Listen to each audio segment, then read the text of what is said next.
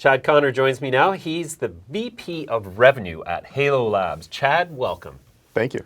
Chad is the VP of Revenue. I guess it's your job to make money for the company? In theory. In theory. And as a way to make money, you have a line of products, some of which we have now tried and we can vouch for the quality of. Tell me about the product line of Halo Labs and what is the whole concept behind them? Gotcha. So as a concentrate producer, we really just try to fill whatever need we see in the market. Out in front of us right now, we have two of our brands on display, one being Hush, the other being Gilt. Hush being more of a budget-friendly but good quality product line, Gilt being more of a high-end kind of aspirational product line. On the far side, we have a little bit of Hush live resin. Live resin being a full spectrum concentrate, you get a lot more out of it than you would from a standard vape product like distillate, which we do have here. Distillate being kind of the more standard concentrate that's used for vapes across the industry. Okay. And then we have a new product that we've just released called Dab Tabs. Dab Tabs are a brand new method of consuming concentrates that have never existed for the industry. The first lab certified dosing application for the industry. Each of these contains a 50 milligram dose of any concentrate you're to put into it. Dab Tabs allow for many solutions to the dabbing process that have oftentimes been a detraction for consumers. They're no mess.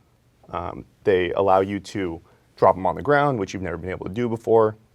Beyond that, they still retain all the flavor and all the things that people always come to enjoy in their dabbing. But it does solve a lot of problems. Yeah, you bet. That's quite an elegant solution, really, especially for, you know, the upper crust, as it were. And the unit that you've got there in front of you with the glass top, that is the unit for consuming the dab tab? So in theory, dab tabs can be consumed any way that you are used to dabbing at home. However, we do have new proprietary hardware. This is the Shatterizer pen, which has been designed to not only vape them holding in here, but also to carry them on the go. And nice little convenient storage jar. Wow. So you can hit it discreetly anytime you want. Indeed you can. Got your little stash on the bottom. Indeed you can. And then right here is another product that we're really excited about. This is called the Dab Tab Go.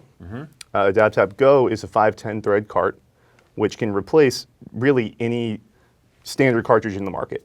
Okay. When you say 510 thread, what do you mean exactly? So a 510 thread is merely the threading on the bottom, okay. Which is the standard fitting for most vaporizers in the market. This will allow you to drop one in on the go, which kind of facilitates your ability now to carry a much more high-end product in your pocket in the same form factor as these more traditional vapes. Right. Okay, so among these products, which is the one that consumers are looking for the most? You know, they're for different consumers. The truth is, Dab Tabs is going to be slightly more of a connoisseur type product, whereas these vapes will kind of be more of a mass market type product. But really, it depends on the user, what they're looking for in the product, and also the price point that they're looking to pay. Okay, so the resin here, this one, is that something that I can use in that device, or do I need a separate device for that? You could use that in this device. We wouldn't necessarily recommend it in this, but you could absolutely use it, and in really almost all vapes in the market. Okay, so what percentage of the California market is vapes as opposed to dried flower? Actually, vapes and dried flower are becoming very similar markets in the space right now. On the go, what we've seen is a large growth on the ability to use pens on the go, which is kind of eked into the flower market. But they're very similar demand. Sure. So has the demand for cannabis products generally gone up thanks to legalization, in your opinion? I would tend to say yes. However, there are issues with the black market and white market, so we're seeing them in different ways. But I do believe that the new recreational market has opened up and made a lot of people feel less scared to enter a dispensary and buy the product and use it.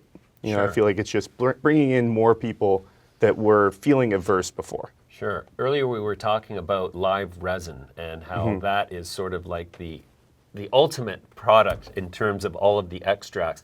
What is it about live resin that makes it such a hot commodity, and which of these products contain it? So these two products, the sauce pen from Gilt and the live resin Hush, as well as these dab tabs, which are Gilt branded dab tabs. The beauty of live resin is you're able to take the plant and get the full spectrum of the concentrate out.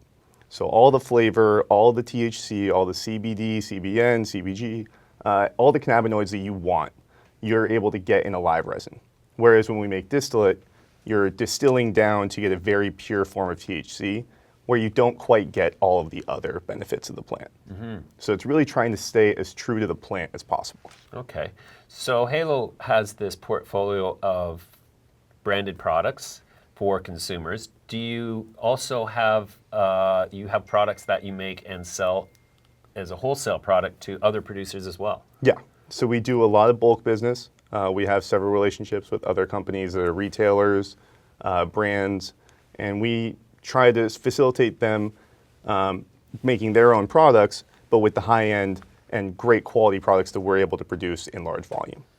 So what about in California, I'm wondering, the application for medical uses of cannabis seems to be something that's growing, even though we still labor under a federal prohibition against cannabis. Do you produce any concentrates at a pharmaceutical grade for the medical industry? Right now, we're working especially out of Africa to get some CGMP certification for the products going out of there. Right now, however, we work really within state guidelines. We're operating in 3 different states in the U.S. right now, each of which have very different guidelines. So we just try and kind of roll with the punches and do whatever each state is telling us we need to do, while also internally trying to, have the best practices possible and really be in advance of what we think may be things to come. Sure. The explosion in interest in CBDs that I guess you could say has reached kind of an apex with the FDA finally conducting conversations, I guess, as to regulating CBD on a national level. And is that kind of like as far as it's going to go in the United States for the near term, in your view, or is THC, by extension, just around the corner as well on a federal level? I think that the truth is when you talk about cannabis, CBD and THC are each part of cannabis. So while I do feel that CBD inevitably, as there are no health effects that are negative from CBD, no psychoactivity, it's allowing for CBD to bridge the gap. But inevitably, long term, CBD and THC come from the same plant. And I believe that as CBD grows, THC will come alongside. I can't help but think that creating a line of brands like this, especially when it comes to innovative sort of delivery mechanisms, that is part of the drive for that to protect yourselves from a saturated market. In a lot of ways, the concentrate space and a lot of the cannabis industry is what we call a Me Too market, which is, we're producing vapes, but so is the guy down the street. And so we try to figure out where we can have differentiation. The sauce pen market is somewhere we're trying to target as a higher end product than most people produce. And really the dab tabs are, trying to attack a space, but completely change it and redefine it. What do you think of the idea that when the market goes federally deprohibited, that all of the consumer branded goods channels will be owned by the traditional owners of those channels, like the Walmarts and the Amazons and the Whole Foods?